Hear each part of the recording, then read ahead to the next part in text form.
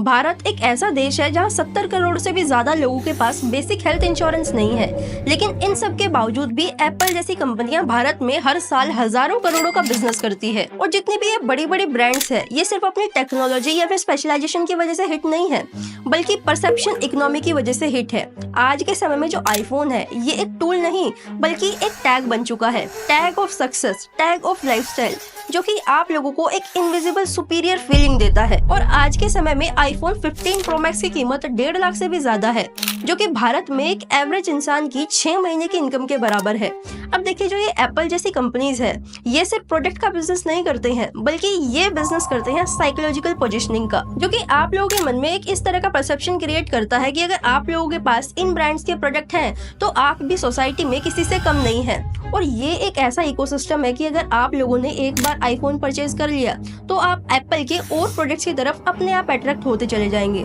जो कि loyal customer नहीं बल्कि कस्टमर्स को अपने ऊपर डिपेंडेंट बनाता है। यूथ जो भी ग्रेजुएट हुआ है और जिसकी अभी तक जॉब भी नहीं लगी, लेकिन 1.5 लाख का आईफोन EMI पर खरीद रहा है, और इसका कारण है एस्पिरेशनल मार्केटिंग। और साल 2023-24 में एप्पल का जो रेवेन्यू है वो इंडिया में अप्रोक्सीमेटली 49,000 करोड़ रहा, जिसमें की जो प्रॉफिट है वो 2,000 करोड़ से भी ज्यादा का रहा। अब आप लोग सोचकर देखिए कि जो ये रेवेन्यू और प्रॉफिट है, ये किसी मिलियनर लॉबी ने नहीं क्रिएट किया है, बल्कि एक मिडिल क्लास लॉबी ने क्रिएट किया है अपनी एस्पिरेशनल फैंटेसीज को पूरा करने के लिए। और कैपिटलिज्म का सबसे ज्यादा रिफाइंड फेस यही होता है, जहाँ पर आपको लगता है कि आप चूज कर रहे हैं, बट आप चूज नहीं कर रहे होते हैं, बल्कि आप इन्फ्लुएंस और इंस्पायर हो जाते हैं उन सारी चीजों से जो कि आप लोगों के लिए कुछ खास ज्यादा जरूरी होती भी नहीं है। बस आपको ये लगता है कि और लोगों के पास है तो आपके पास भी होनी जरूरी है, और इन्हीं सारी की सारी चीजों से आप इंस्पायर हो जाते हैं उन सारी की सारी चीजों को खरीदने के लिए, जो कि आप लोगों के लिए कुछ खास ज्यादा जरूरी है भी नहीं। देखिए, टेक्नोलॉजी का मोटिव सोसाइटी को इम्प्रूव और पावरफुल करना होता है, न कि इकोनॉमिक इनइक्वालिटी को ग्लैमराइज करना।